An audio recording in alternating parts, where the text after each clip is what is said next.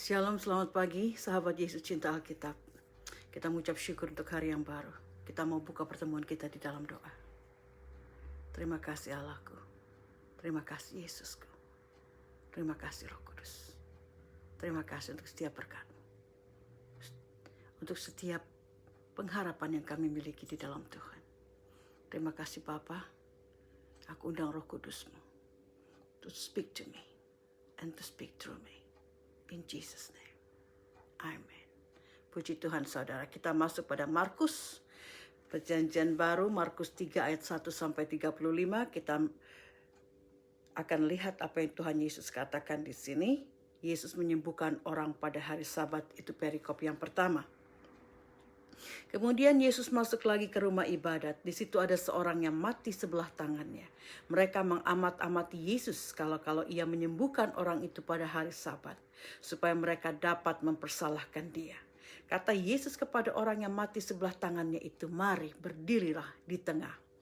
Kemudian katanya kepada mereka, "Manakah yang diperbolehkan pada hari Sabat? Berbuat baik atau berbuat jahat? Menyelamatkan nyawa atau membunuh orang?" Tetapi mereka itu diam saja. Yesus berduka cita karena kedegilan mereka. Dan dengan marah ia memandang sekelilingnya kepada mereka. Lalu ia berkata kepada orang itu, "Ulurkanlah tanganmu." Dan ia mengulurkannya, maka sembuhlah tangannya itu. Lalu keluarlah orang-orang Farisi dan segera bersekongkol dengan orang-orang Herodian untuk membunuh Yesus. Tuhan Yesus kemudian masuk, dikatakan ke rumah ibadat mereka, yaitu sinagoge atau sinagog. Di situ ada orang yang mati sebelah tangannya, dan lagi-lagi orang Farisi dan ahli-ahli Taurat dari orang-orang Yahudi ini mengamat-amati Yesus dan mencari-cari kesalahan pada Yesus. Tetapi Yesus tahu hati mereka. Tuhan Yesus bertanya, apa yang diperbolehkan pada hari Sabat? Berbuat baik atau berbuat jahat? Menyelamatkan nyawa orang atau membunuh orang? Dan orang-orang Farisi itu pun diam. Setiap mereka diam, saudara, mereka tahu bahwa mereka tidak bisa membantah atau menjawab perkataan Yesus. Karena sesuai hukum orang Farisi dan Yahudi, banyak rabi-rabi atau kepala-kepala rumah ibadah hanya diperbolehkan, hanya mereka yang diperbolehkan menyembuhkan atau membantu orang. Ya, dan itu juga diperbolehkan kalau hal itu mengancam jiwa orang tersebut. Misalnya, orang itu kecebur sumur dan hampir mati tenggelam gitu ya, maka dia boleh ditolong.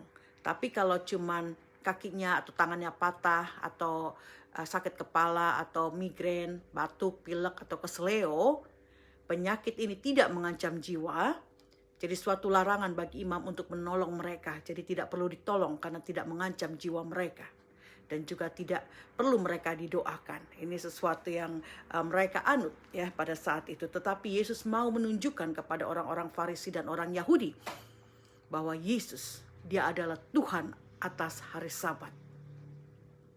Karena itu Tuhan Yesus tidak takut untuk mendemonstrasikan kuasa dan otoritasnya dengan menyembuhkan orang yang tangannya mati sebelah. Tuhan Yesus menyuruh orang itu untuk stretch, meregang tangannya, dan seketika itu tangannya itu pulih dan kuat lagi. Stroke-nya hilang. Dan karena merasa malu dan mungkin kesel juga ya, orang-orang Farisi ini keluar dari rumah ibadat mereka dan bersekongkol untuk membunuh Yesus. Perikop kedua, Yesus menyembuhkan banyak orang. Kemudian Yesus dengan murid-muridnya menyingkir ke danau dan banyak orang dari Galilea mengikutinya.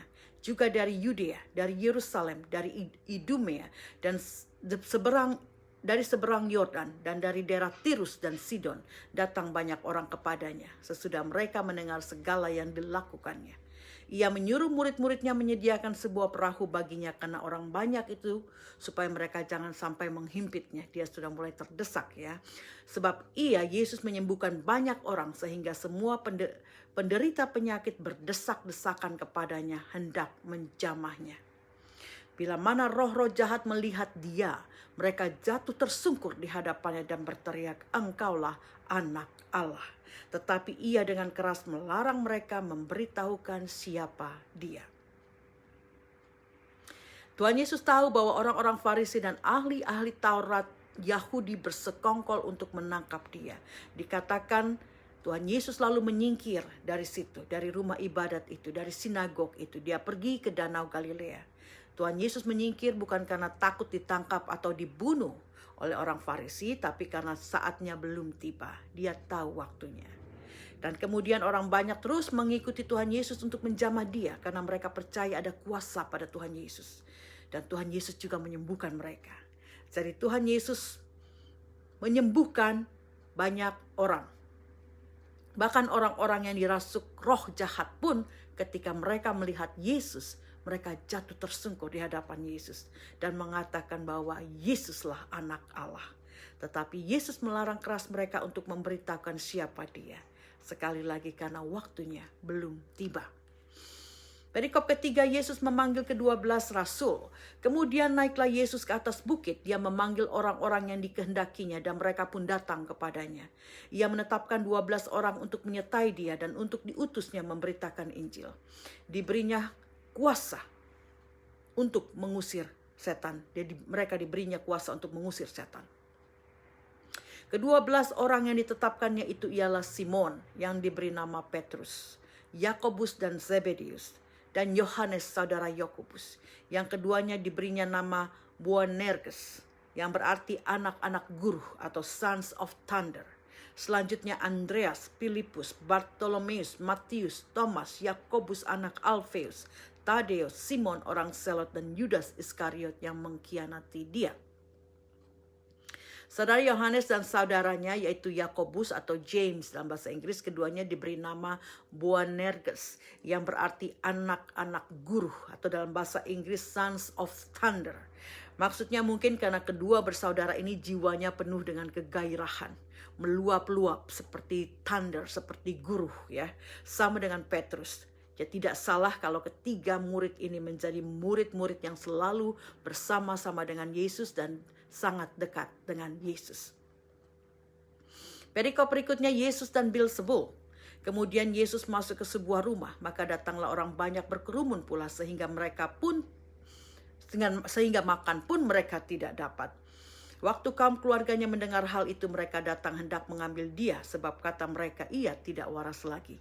Dan ahli-ahli Taurat yang datang dari Yerusalem berkata, ia kerasukan Beelzebul, dan dengan penghulu setan ia mengusir setan. Yesus memanggil mereka lalu berkata kepada mereka dalam perumpamaan bagaimana iblis dapat mengusir iblis. Kalau suatu kerajaan terpecah-pecah, kerajaan itu tidak dapat bertahan. Dan jika suatu rumah tangga terpecah-pecah, rumah tangga itu tidak dapat bertahan. Betul sekali. Demikianlah juga kalau iblis berontak melawan dirinya sendiri dan kalau ia terbagi-bagi, ia tidak dapat bertahan melainkan sudahlah tiba kesudahannya. Tetapi tidak seorang pun dapat memasuki rumah seorang yang kuat untuk merampas harta bendanya apabila tidak diikatnya dahulu orang kuat itu. Sesudah itu barulah dapat ia merampok rumah itu. Aku berkata kepadamu, sesungguhnya dengan semua dosa dan hujat anak-anak manusia akan diampuni semua hujat yang mereka ucapkan. Tetapi apabila seorang menghujat Roh Kudus, ia tidak mendapat ampun selama-lamanya, melainkan bersalah karena berbuat dosa kekal. Ia berkata demikian karena mereka katakan bahwa ia, Yesus, kerasukan roh jahat. Saudara, ahli Taurat mengatakan bahwa Tuhan Yesus kerasukan setan atau Beelzebul. Beelzebul adalah Baal, dewa badai, dewa kesuburan orang Kanaan. Dalam perjanjian lama, penyembahan kepada Baal itu bersaing dengan penyembahan kepada Allah. Jadi banyak orang-orang yang menyembah Allah, tapi juga banyak orang yang masih menyembah kepada Baal. Dan setan adalah spirit atau roh yang ada di dalam Baal itu. Jadi Beelzebul sama dengan setan atau nama lain dari setan Beelzebul. Tetapi Yesus berkata bagaimana mungkin setan mengusir setan. Kalau mereka saling menghardik seperti itu, mana mungkin kerajaan mereka akan bertahan. Setan tidak akan sebodoh itu. Maksud Tuhan Yesus mengatakan demikian. Tuhan Yesus juga mengatakan bahwa ia punya kuasa untuk mengusir setan. Ia akan mengikat dulu setan itu dan mengambil alih orang yang mau Tuhan Yesus selamatkan. Haleluya, puji Tuhan. Saudara, kita teruskan dengan perikop yang terakhir, Yesus dan sanak saudaranya. Lalu datanglah ibu dan saudara-saudara Yesus, sementara mereka berdiri di luar, mereka menyuruh orang memanggil dia. Ada orang banyak duduk mengelilingi dia, mereka berkata kepadanya, "Lihat, ibu dan saudara-saudaramu ada di luar dan berusaha menemui engkau." Jawab Yesus kepada mereka, "Siapa ibuku? Siapa saudara-saudaraku?" Ia melihat kepada orang-orang yang duduk di sekelilingnya itu dan berkata, "Ini ibuku dan saudara-saudaraku. Barang siapa melakukan kehendak Allah, dialah saudaraku laki-laki, dialah saudaraku perempuan, dialah ibuku." Tuhan Yesus mengatakan ini bukan untuk menunjukkan ketidakhormatan dan kasihnya kepada ibu dan saudara-saudaranya. Tetapi ia mau menegaskan bahwa ia memberikan nilai yang lebih tinggi atau lebih mengutamakan hubungan yang spiritual atau yang rohani dengan murid-muridnya daripada hubungan secara fisik dengan ibu dan saudara-saudaranya. Mungkin ini terlalu kasar kedengarannya buat kita ya. Tapi kemudian saudara, buat kita juga kedengaran lebih kasar, apalagi buat saudara-saudaranya dan ibunya ya. Siapa saudara-saudaraku, siapa ibuku? Dan dia menunjuk kepada murid-muridnya, inilah saudara-saudaraku, inilah ibuku. Ya, kedengaran seperti kasar, tetapi kemudian mereka akan mengerti. Saudara-saudara Yesus akan mengerti. Karena setelah kematian Yesus, memang pada awal-awal pelayanan Yesus, saudara-saudaranya belum mengerti. Tetapi setelah kematian Yesus, Yakobus, James, saudara Yesus menulis kitab Yakobus. Dan Yudas, saudaranya James yang berarti saudaranya Yesus juga menulis kitab Yudas atau Jude dalam bahasa Inggris. Yang berarti mereka sudah mengenal, semakin mengenal siapa Yesus, saudara mereka itu. Bahkan mereka memanggilnya Lord kepada Yesus. Tapi saat itu mata mereka belum terbuka. Mereka belum mengerti siapa Yesus. Nah, rema apa yang kita dapat saudara? Yang pertama kita lihat dari ayat yang kelima. Yesus berduka cita karena kedegilan mereka dan dengan marah ia memandang sekelilingnya. Saudara, kita baca pada ayat kelima ini dikatakan Yesus berduka cita tapi dia juga marah. Ada marah maksudnya kita boleh marah pada sesuatu yang buruk ya, bukan marah karena ego kita yang tersinggung. Yesus berduka cita atau bersedih dan marah karena dengan kedegilan hati-hati orang Farisi ini dan orang-orang ahli Taurat itu. Mengapa saudara? Mengapa Yesus sedih? Yesus sedih karena mereka memandang dan menganggap Yesus sebagai seorang kriminal yang terus dimata-matai dan diperhatikan setiap geraknya untuk mencari kesalahan-kesalahan dia.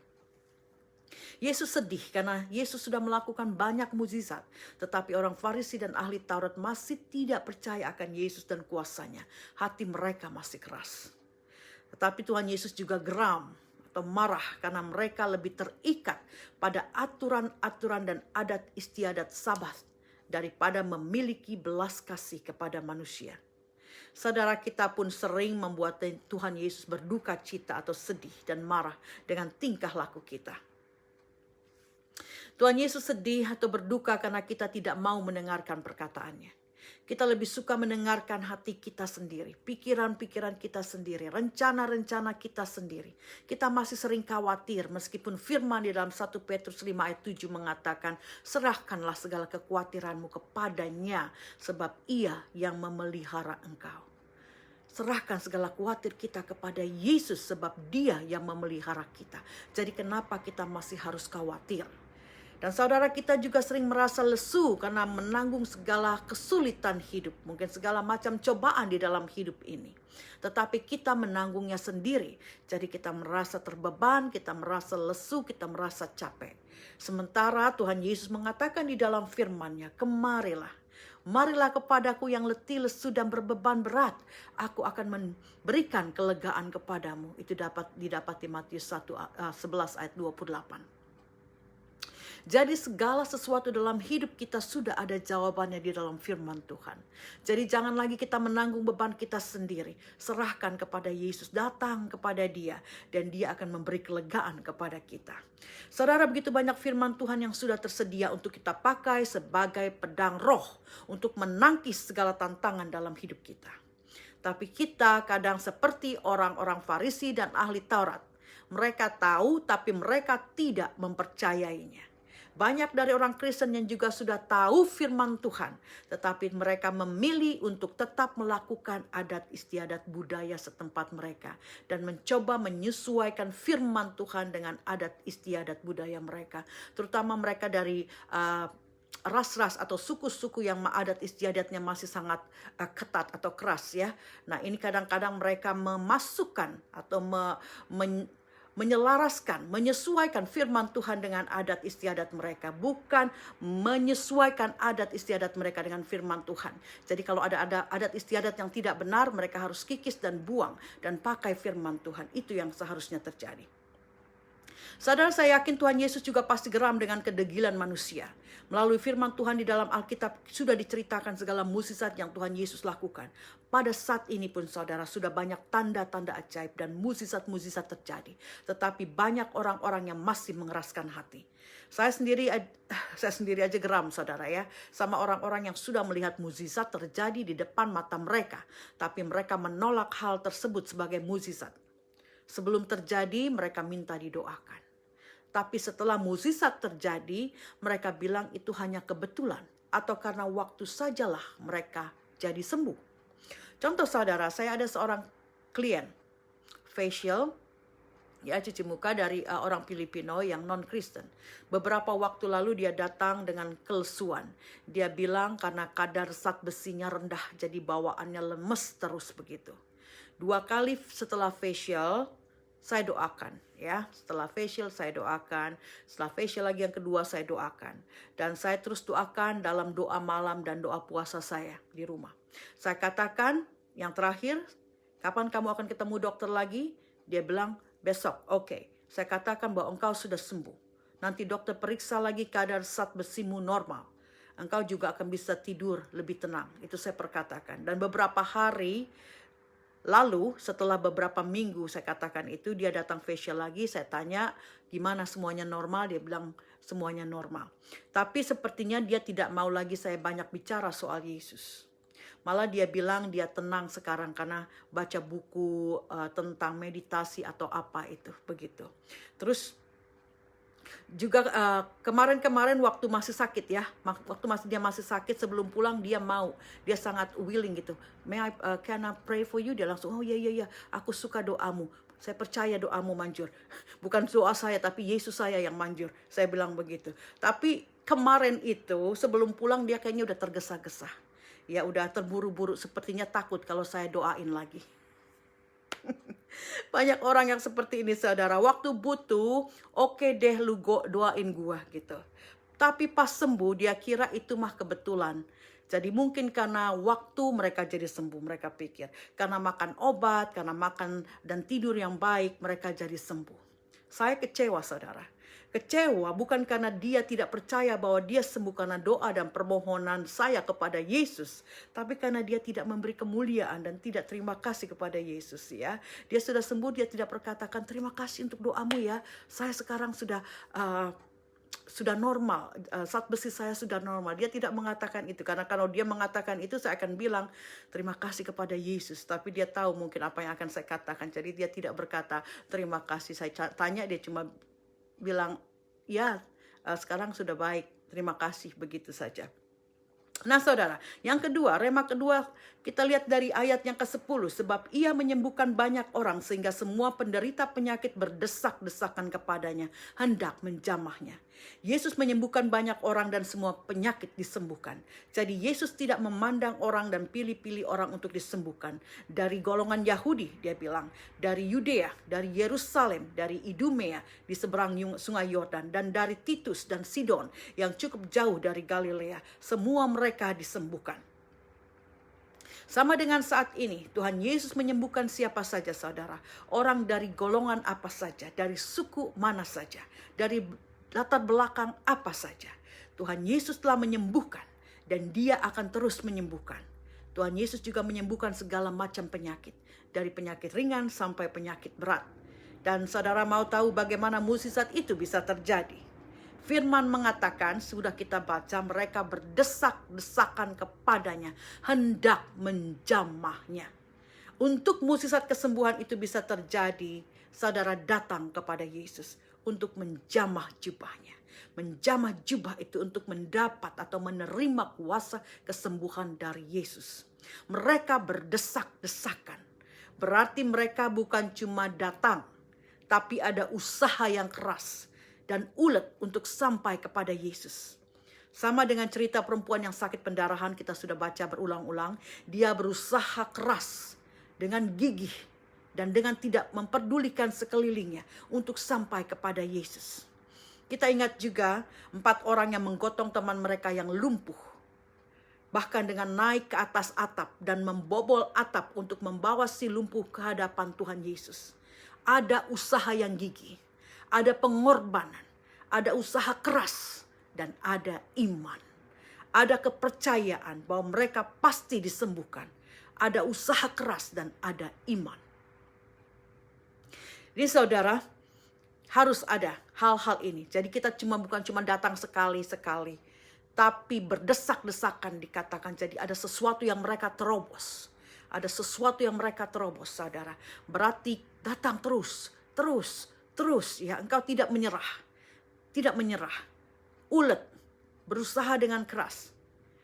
Ada kepercayaan bahwa mereka pasti disembuhkan ketika mereka menjamah atau berada di hadapan Yesus. Berarti ketika engkau datang kepada Yesus di dalam doa, di dalam penyembahanmu, di dalam pembacaan firman, di dalam penyerahan dirimu, engkau percaya kuasa Tuhan akan terjadi kepadamu. Buat apa capek-capek dan berdesak-desakan, saudara, kalau mereka tidak ada kepercayaan dan pengharapan untuk sembuh. Mereka tahu, kita juga harus tahu.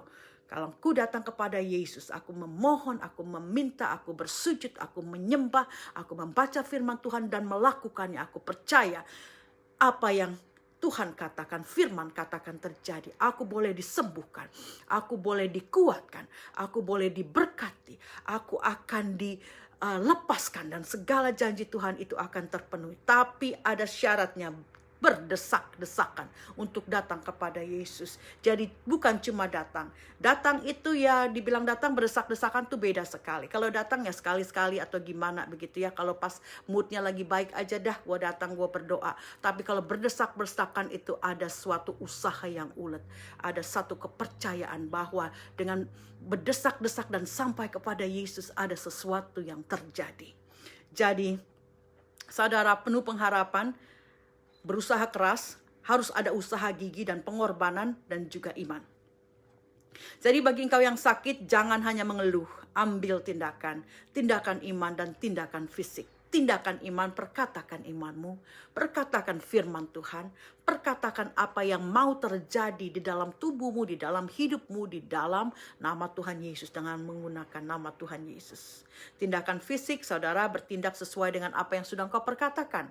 Misalnya, ya, menggerakkan tubuhmu atau kakimu, ya, kalau terasa lemes sekali, kalau engkau ada stroke, ya harus dilatih tubuhmu, harus dilatih.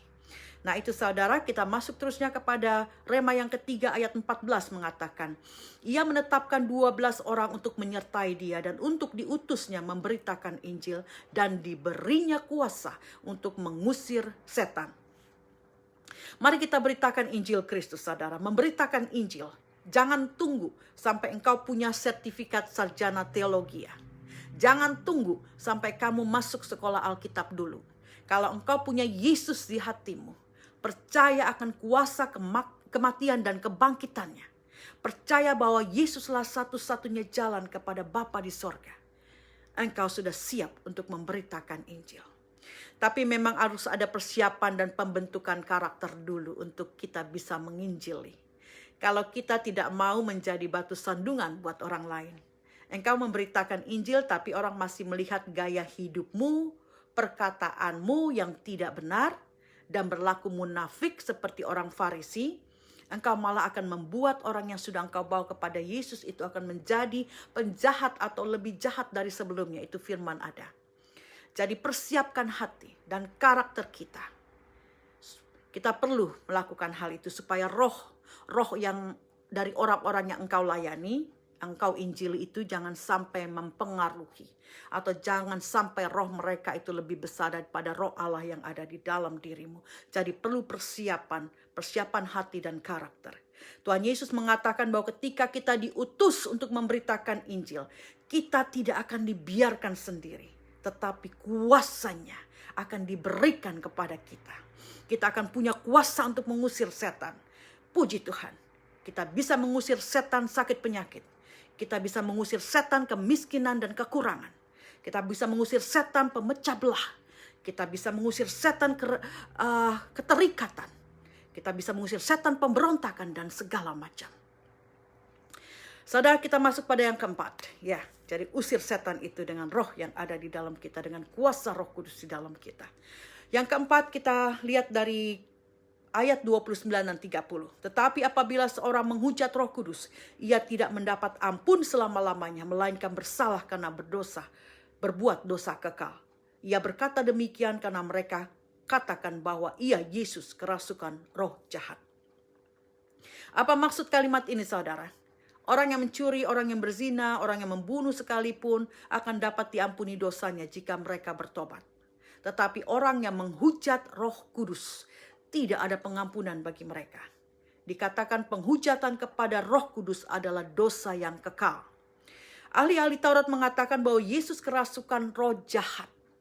Dan Tuhan Yesus melakukan mukjizat-mukjizatnya dengan kuasa Beelzebul atau kuasa setan.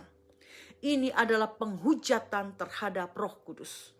Karena semua mukjizat yang Tuhan Yesus lakukan adalah karena kuasa Roh Kudus.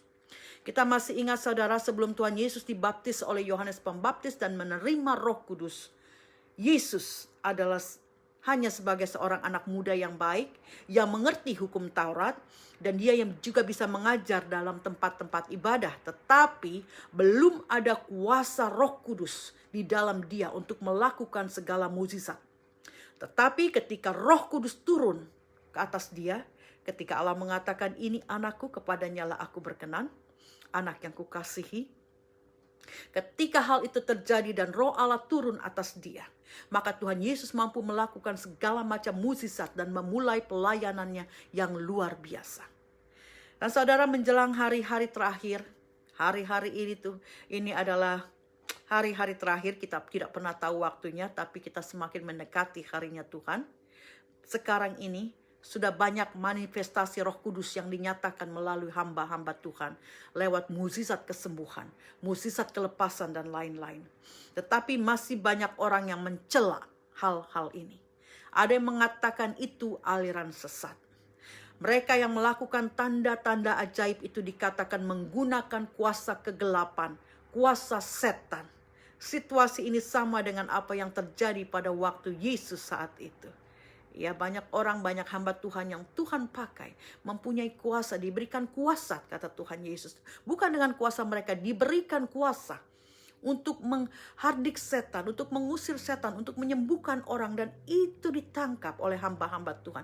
Dan mereka melakukannya saat ini semakin banyak. Akan semakin banyak tanda-tanda ini terjadi. Tapi banyak orang yang menganggap hal ini sebagai aliran sesat. Banyak orang yang menganggap hamba-hamba Tuhan yang melakukan itu sebagai orang yang menggunakan kuasa setan. Persis sama dengan Tuhan Yesus. Tuhan Yesus melakukan itu, tapi orang-orang Farisi dan ahli-ahli Taurat mengatakan dia menggunakan kuasa Beelzebul, kuasa setan. Jadi hati-hati, saudara, jangan sampai kita menghujat Roh Kudus dengan mengatakan mukjizat-mukjizat yang hamba-hamba Tuhan lakukan itu sesuatu yang menyesatkan atau memakai kuasa setan. Karena seperti dikatakan, tidak ada yang bisa menghapus dosa penghujatan kepada Roh Kudus. Penghujatan kepada Roh Kudus berarti penolakan atau mengingkari kuasa Yesus, yang berarti mengingkari Tuhan Yesus itu sendiri.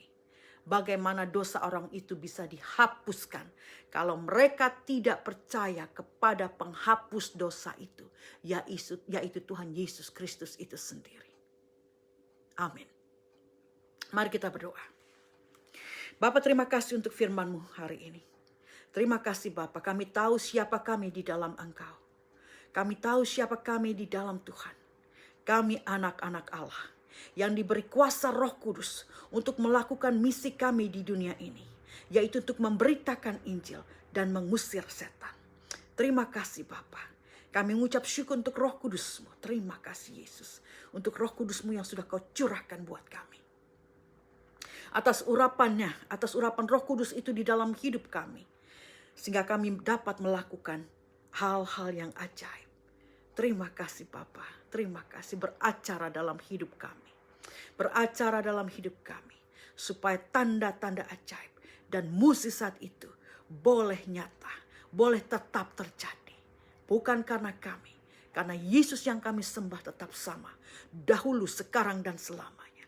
Karena roh Allah yang diberikan kepada kami, Roh Kudus itu tetap sama. Roh Kudus itu menyertai kami, biar kami percaya. Biar kami percaya. Hamba-hamba Tuhan yang dipakai untuk mengurapi, untuk menyembuhkan, untuk melepaskan. Mereka boleh dikuatkan dengan segala macam tantangan yang mereka hadapi dari orang-orang yang tidak percaya. Terima kasih Bapa, Engkau berkati kami, Engkau berkati mereka Tuhan. Biar mereka juga boleh Tuhan pakai semakin heran mempraktekkan Tuhan iman mereka. Dan juga membawa kemuliaan buat Engkau.